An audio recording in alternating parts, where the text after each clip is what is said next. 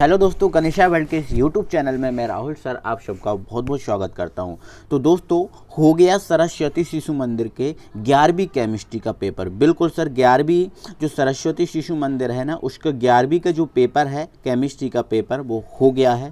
आप जल्दी देख लो कैसा आया था पेपर, और जो सरस्वती शिशु मंदिर वाले जो पेपर दे के आए हैं वो अपना पेपर मैच कर लें, और बाकी अन्य अदर स्कूल जिनके एग्ज़ाम अब होने वाले हैं वो पेपर को है ना एक बार पूरा समझ लें कैसा आया था पेपर। आपका भी पेपर इस टाइप का आ सकता है, ऐसे क्वेश्चन आपके एग्ज़ाम में भी आ सकते हैं। ठीक है, तो पूरा समझ लें, पूरा सब समझ लें, ठीक है ना। और जो है ना इसके सब में जो भी आपके क्वेश्चन बताने वाले होंगे उन क्वेश्चन का मैं आपको सॉल्यूशन भी प्रोवाइड कराऊंगा, उनको समझाऊंगा भी। ठीक है, बाकी आप एक बार सब देख लें इस पेपर को। ठीक है, तो देखते हैं दोस्तों।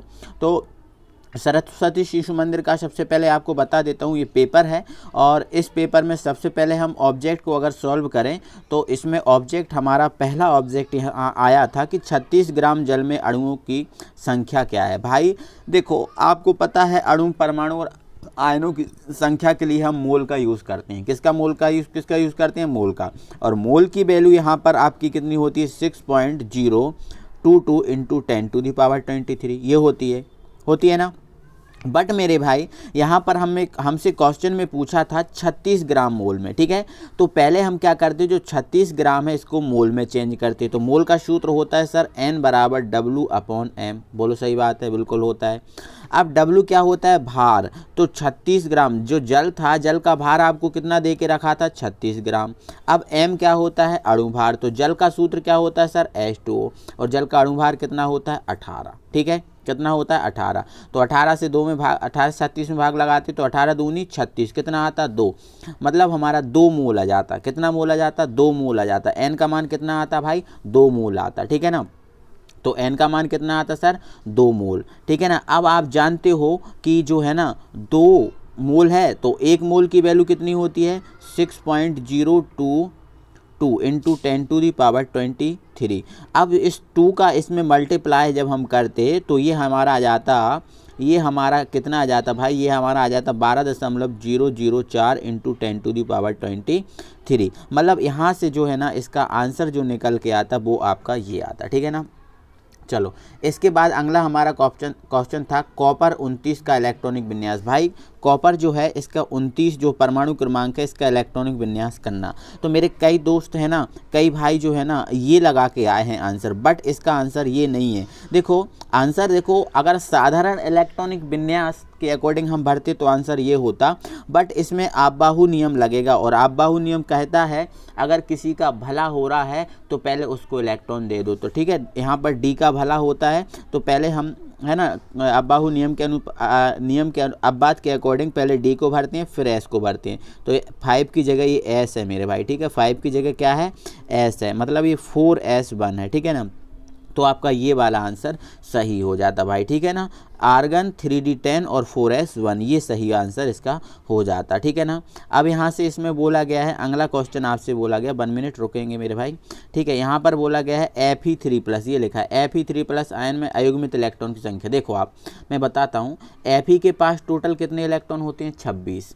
अब इस पर 3+ तो लगा है, 3+ लगा मतलब इसने 3 इलेक्ट्रॉन दान किए। तो 26 में से जब 3 दान कर दिए तो कितने बचे भाई? 23 बचे। कितने बचे? 23। अब इन इलेक्ट्रॉनों को भरेंगे तो आपका 1s2 है ना, 2s2, 2p6 है ना, 3s2, ठीक है ना, 3p6, ठीक है, 4s2, ठीक है, और फिर 3d10। ठीक है, 3d10 नहीं आएगा। देखो आप यहाँ पर देखो, आप समझना पूरा, इसके पास कितने इलेक्ट्रॉन है? 23 को भरना। देखो 2 भर दिए, 2 4, 6 10, 2 12, 6 18, 2 20 इलेक्ट्रॉन यहाँ तक 4s तक भरा गए। ठीक है, अब हमें कितने भरने हैं? 23। तो डी में कितने भराएंगे? केवल 3 भराएंगे। डी में 3 भराएंगे, मतलब ये तो फुल भरा है, ये भी फुल है, ये भी फुल है, ये भी फुल है, ये भी फुल है, ये भी फुल है। ठीक है, इसमें पूरे इलेक्ट्रॉन नहीं भरे। तो आप देखो, आप डी में कितने कक्षक होते हैं? तो आप देख पा रहे हो सर, डी में कितने कक्षक होते हैं? 5 कक्षक होते हैं। 1 2 3 4 5। अब इसमें कितने इलेक्ट्रॉन है? 3। तो ये 1 इलेक्ट्रॉन इसमें, 1 इलेक्ट्रॉन इसमें और 1 इलेक्ट्रॉन इसमें। तो इसमें यही पूछा था अयुग्मित इलेक्ट्रॉन। अयुग्मित इलेक्ट्रॉन मतलब सिंगल इलेक्ट्रॉन। तो आप देख पा रहे हो इसमें सिंगल इलेक्ट्रॉन भाई कितने हैं? 3 है, 1 2 3। तो इसका आंसर क्या आना चाहिए था भाई? 3 आना चाहिए था, मैंने समझा भी दिया, तो इसका आंसर 3 है ना। चलो अगले क्वेश्चन पे, सर्वाधिक प्रबल विद्युत ऋणात्मक तत्व आप सब जानते हो भाई, फ्लोरीन है, ठीक है ना। O2 का जो है ना बंध क्रम है, O2 में जब हम बैंड ऑर्डर निकालते हैं, मतलब NB माइनस Na का फॉर्मूला NB/Na/2 लगाते हैं, तो इसमें आपका ये 2 आता है। कितना आता है सर? 2 आता है, तो 2 इसका सही आंसर हो जाएगा, ठीक है ना भाई। चलो अगले क्वेश्चन पे हम बात करेंगे, और अगला क्वेश्चन है किस प्रकार के संकरण में आकृति रेखी होती है? सब जानते हो SP में होती है, ठीक है ना। चलो उसने बोला कौन सी अभिक्रिया दाब परिवर्तन द्वारा प्रभावित नहीं होगी? भाई जिसके लिए जो है ना KC जो है, KC और KP बराबर होंगे, वो अभिक्रिया दाब के द्वारा प्रभावित नहीं होगी, तो ये इसके लिए इक्वल है, तो ये सही इसका आंसर हो जाएगा भाई, ठीक है ना। पहला इसका सही आंसर हो जाएगा। अब है हमारा एक शब्द में आंसर दीजिए, ठीक है। इसने बोला है वुड्स अभिक्रिया में प्रयुक्त धातु का नाम है, तो वुड्स अभिक्रिया में प्रयुक्त धातु कौन सी? सर सोडियम है।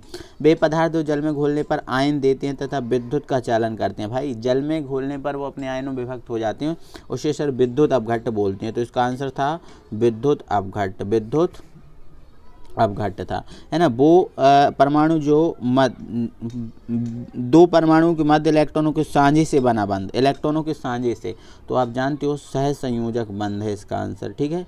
सहसंयोजक बंध है इसका आंसर, ठीक है ना। चलो आगे बढ़ते हैं, अगले क्वेश्चन पे बात करते हैं। एल्कोहल का क्रियात्मक समूह, अब आपसे बोला एल्कोहल, तो सिंगल बॉन्ड OH जो है वो एल्कोहल का क्रियात्मक समूह है। एनिलीन का शोधन किस विधि द्वारा किया जाता है? तो आंसर आपका रहेगा भाप आसवन विधि, ठीक है ना, भाप आसवन विधि, ठीक है ना।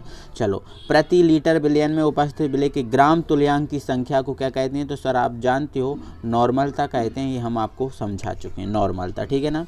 F ब्लॉक के तत्वों को कहते हैं, तो F ब्लॉक के तत्वों को क्या कहते हैं सर? दुर्लभ मृदा तत्व, ठीक है ना, दुर्लभ मृदा तत्व, दुर्लभ मृदा तत्व कहते हैं, या फिर अंतः संक्रमण तत्व बोलते हैं, ठीक है ना, अंतः संक्रमण तत्व, दुर्लभ मृदा तत्व या अंतः संक्रमण तत्व हम इसे कहते हैं, ठीक है ना। चलो आगे बढ़ेंगे भाई, ठीक है। अगला हमारा क्वेश्चन है रिक्त स्थानों की पूर्ति कीजिए, ठीक है ना।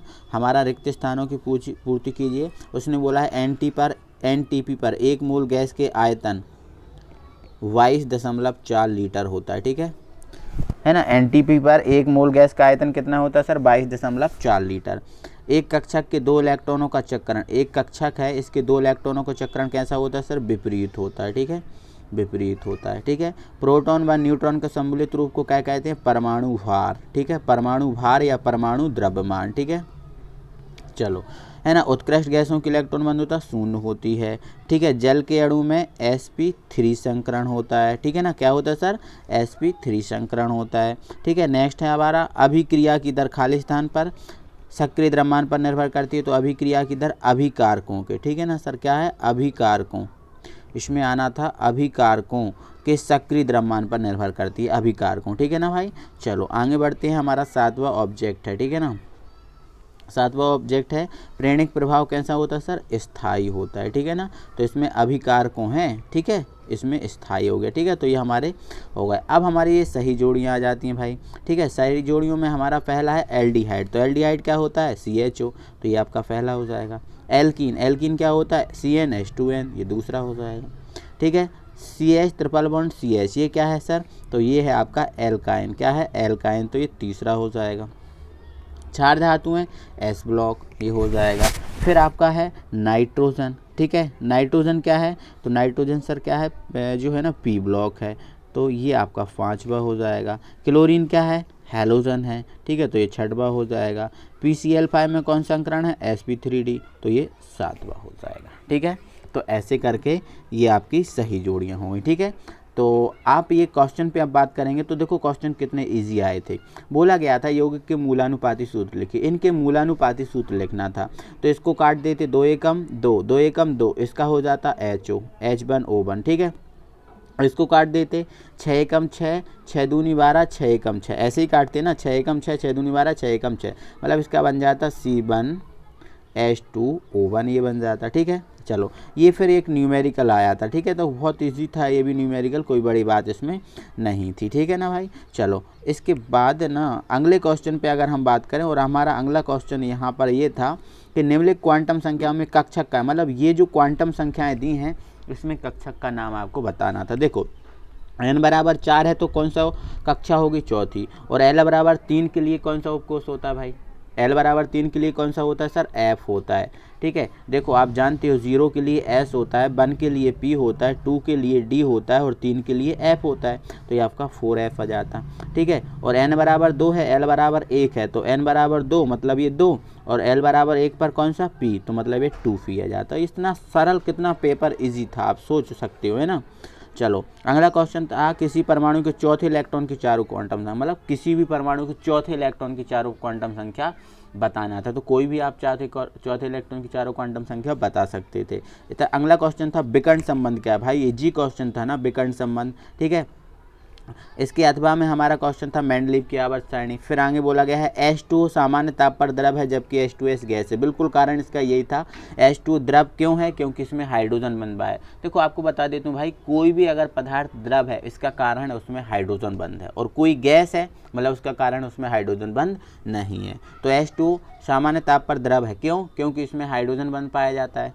ठीक है, जिससे इनके अणुओं का संगुणन आपस में हो जाता है। ठीक है, और ये द्रव अवस्था में होते हैं। ठीक है, जबकि H2S में हाइड्रोजन बंध नहीं पाया जाता और जिससे इनका संगुणन नहीं होता और ये गैस अवस्था में होते हैं।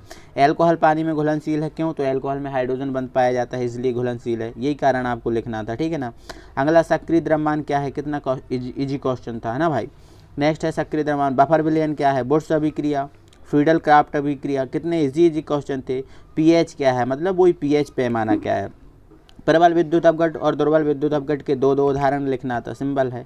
ठीक है ना। विद्युत ऋणात्मकता से क्या समझते हैं, देखो विद्युत ऋणात्मकता आया था, एस और पी ब्लॉक के तत्वों में 2 अंतर आए थे, अब लिख देते, कोई दिक्कत नहीं थी ना भाई।